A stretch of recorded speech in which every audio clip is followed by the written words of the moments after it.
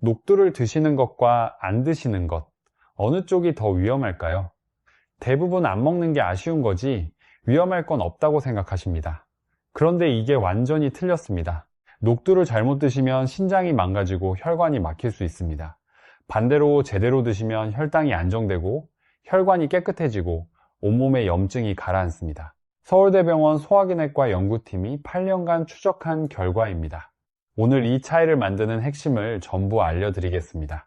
지금부터 자세히 설명드리겠습니다. 녹두가 독이 되는 최악의 경우 3가지, 효과를 극대화하는 최고의 궁합 2가지, 그리고 보너스로 지금까지 어디서도 알려드리지 않았던 혈당 조절 비법 하나를 추가로 말씀드리겠습니다. 특히 마지막 보너스는 당뇨가 걱정되시는 분들께 정말 중요한 내용입니다.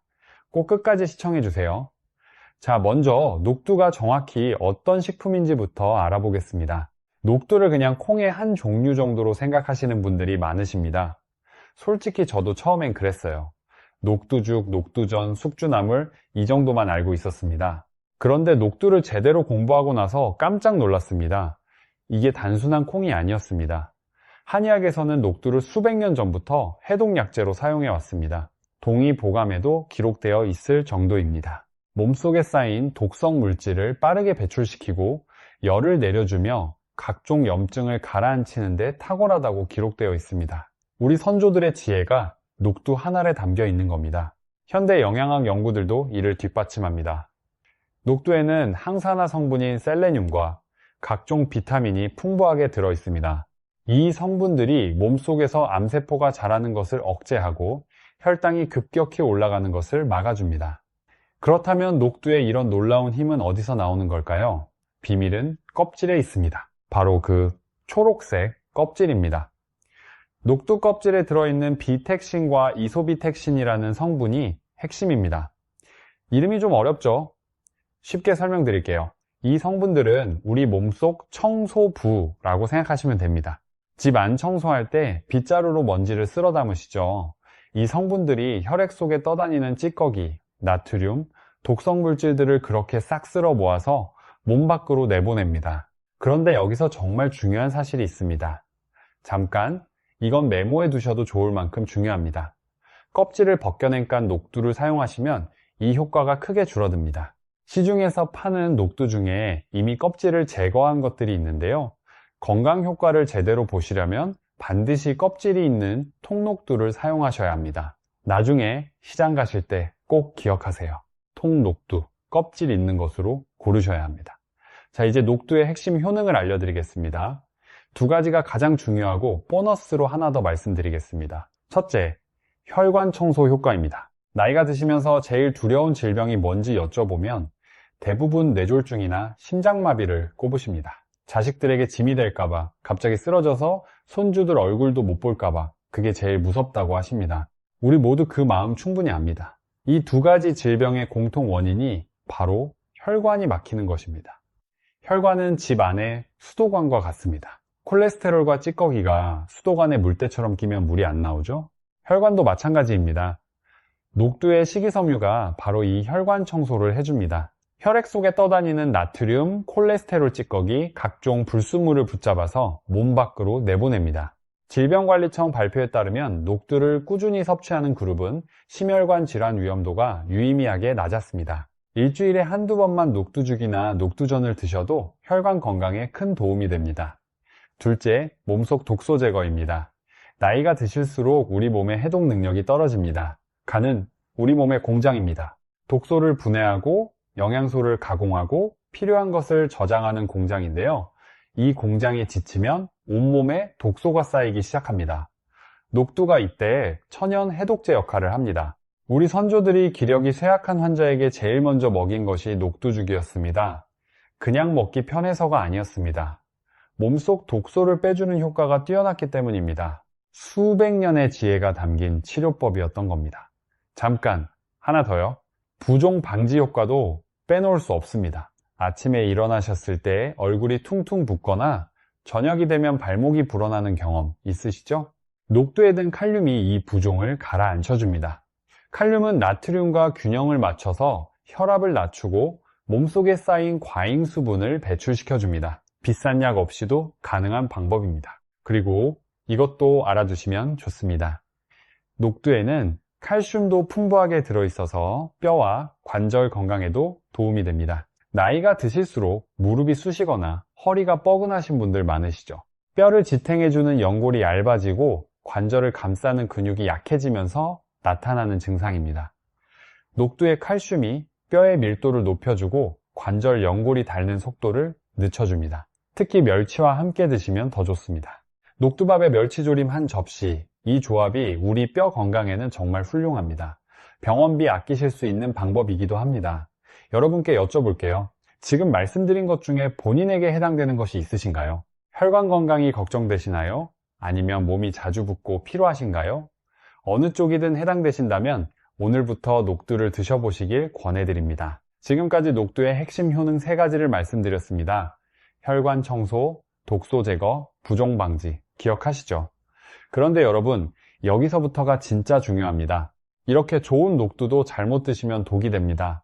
녹두가 독이 되는 최악의 경우 3가지를 말씀드리겠습니다. 이 내용 정말 중요하니까 집중해 주세요. 첫째, 한약과의 최악의 궁합입니다. 한약을 드시고 계신 분들, 지금 이 순간부터 주의하셔야 합니다. 에이, 설마 그게 무슨 문제가 되겠어 하실 수 있습니다. 저도 처음엔 그렇게 생각했어요. 그런데 이건 정말로 조심하셔야 하는 조합입니다. 이유가 뭐냐고요? 놀랍게도 녹두가 한약의 약 성분까지 해독해버리기 때문입니다. 녹두는 본래 몸을 식혀주는 차가운 성질의 식품입니다. 그래서 몸속 열을 내려주고 독소를 배출하는 데 탁월한 것인데요. 이 해독 능력이 너무 강하다 보니 한약의 유효 성분까지 분해해버립니다. 열심히 처방받아 드시는 한약의 효과가 크게 줄어들 수 있다는 뜻입니다.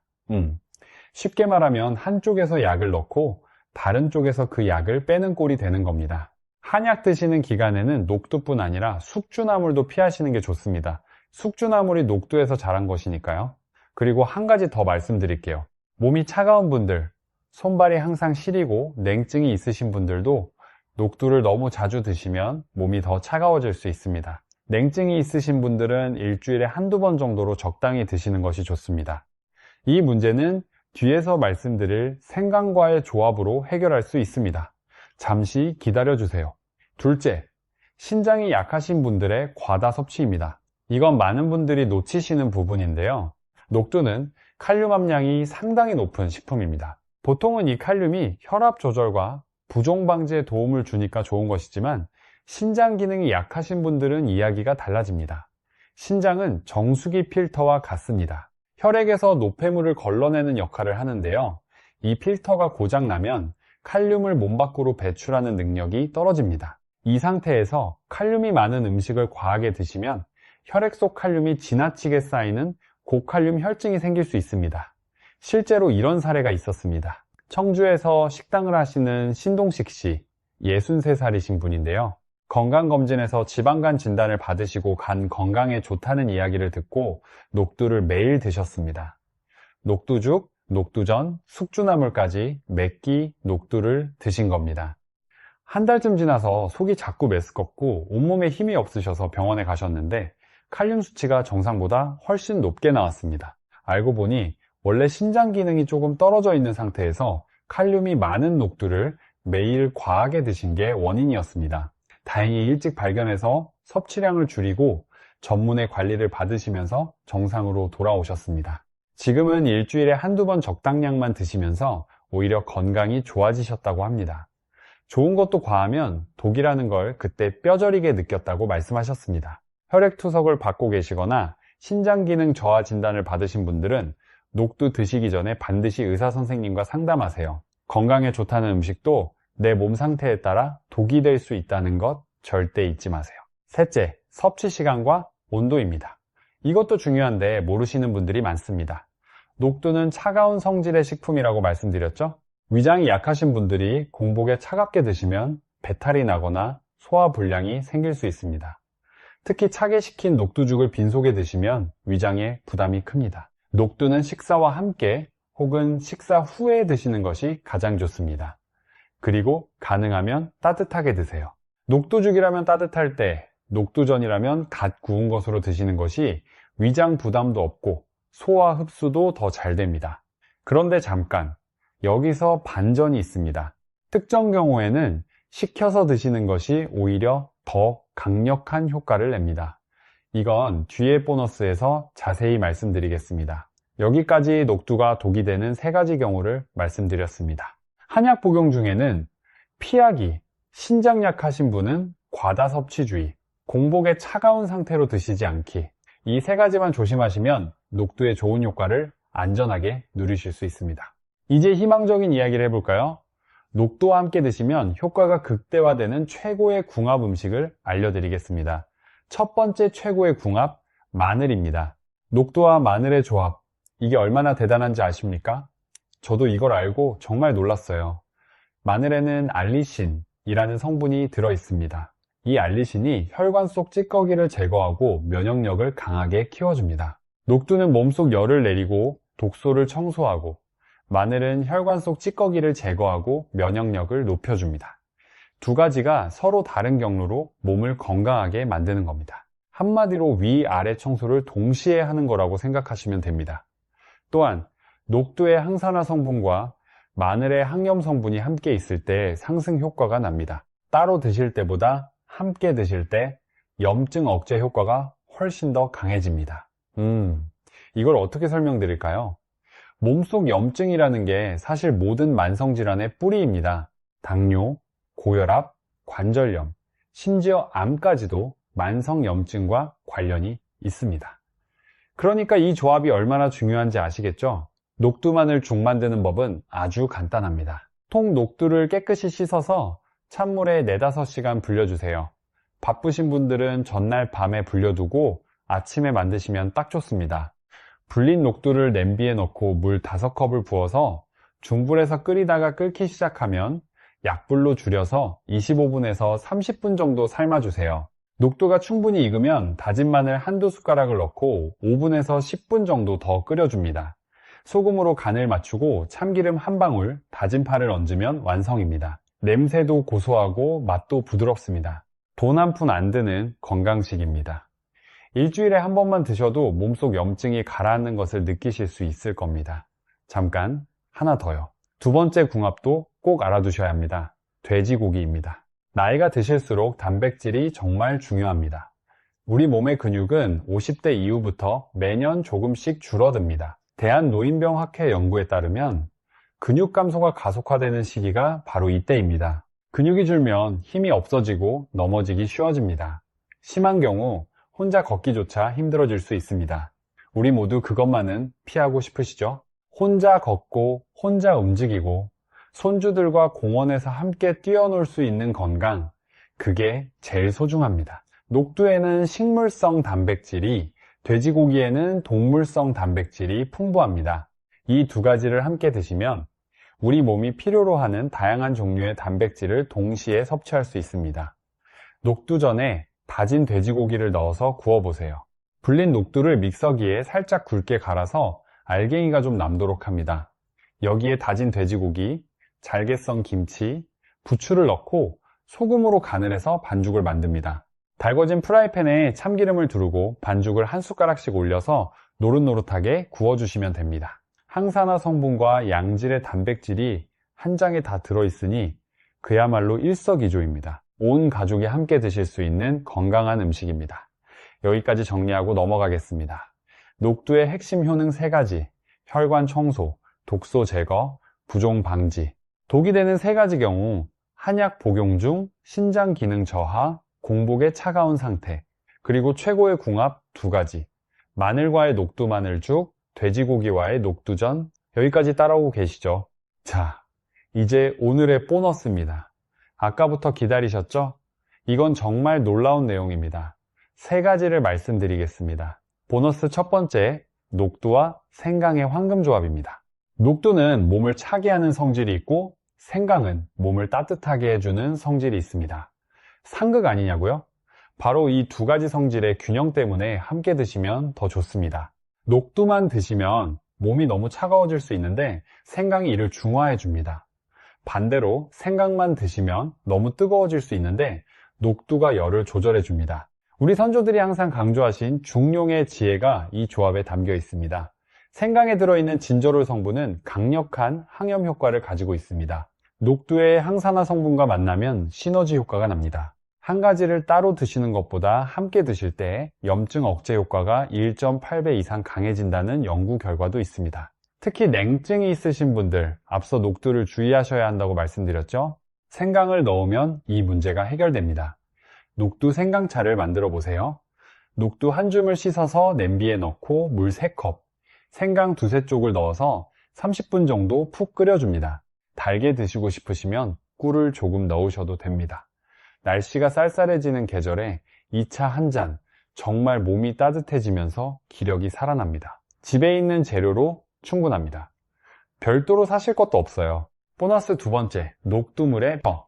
이건 아는 분이 거의 없는 내용인데요. 녹두를 씻어서 물에 하룻밤 담가두면 녹두에서 좋은 성분이 물에 녹아 나옵니다. 이 녹두물을 아침에 한 잔 드시는 것만으로도 해독 효과를 볼 수 있습니다. 만드는 방법은 정말 간단합니다. 저녁에 통 녹두 한 줌을 씻어서 물 2컵에 담가 두세요. 다음날 아침에 그 물을 걸러서 한 잔 드시면 됩니다. 녹두 자체는 나중에 죽을 끓이는 데 사용하시면 되니까 낭비도 없습니다. 아침에 위장이 약하신 분들, 뭔가를 먹기 부담스러우신 분들께 이 녹두물이 딱입니다. 그리고 녹두 보관법도 한 말씀 드려야겠네요. 많은 분들이 녹두를 사두고도 제대로 활용 못 하시더라고요. 귀찮다고 장 안에 넣어두고 잊어버리시는 경우가 많습니다. 이렇게 하세요. 주말에 한번 넉넉하게 불려두시고 한 끼 분량씩 소분해서 냉동 보관하세요. 비닐팩이든 작은 통이든 상관없습니다. 이렇게 해두시면 매번 불릴 필요 없이 꺼내서 바로 사용하실 수 있습니다.